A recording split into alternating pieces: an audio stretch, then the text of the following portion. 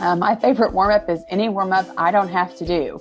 Um, like the kids, I'm very self-conscious about things. Sometimes I feel really stupid, just like they do. And so um, I like warm-ups that I use my choral background. I was a choir teacher for 8 years. That's what my degree is in. I like vocal warm-ups. Those are easy for me to demonstrate for my students because I know what I'm doing there. And then I like ones where they have to do,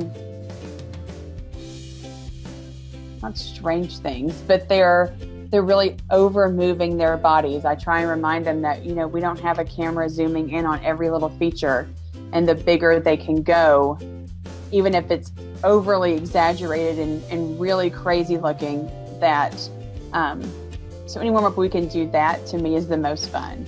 I enjoy watching the kids and I enjoy seeing what they come up with.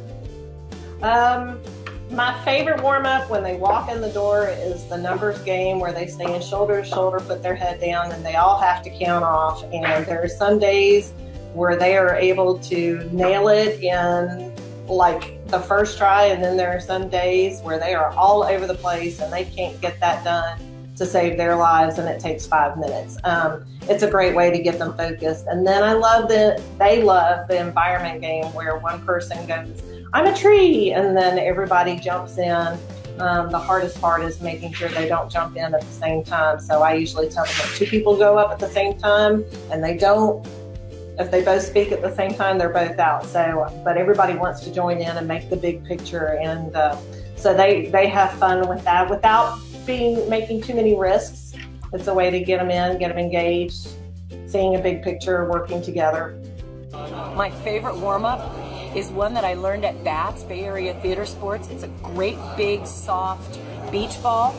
You stand in a circle, you throw it up, and nobody can hit. It's got to stay in the air, can't hit the ground, and nobody can touch it twice. So that's a double tap, like in Zombieland. Can't do a double tap. And everybody, as a one voice, has to call out what number you're on. So 1, 2, 3, 4.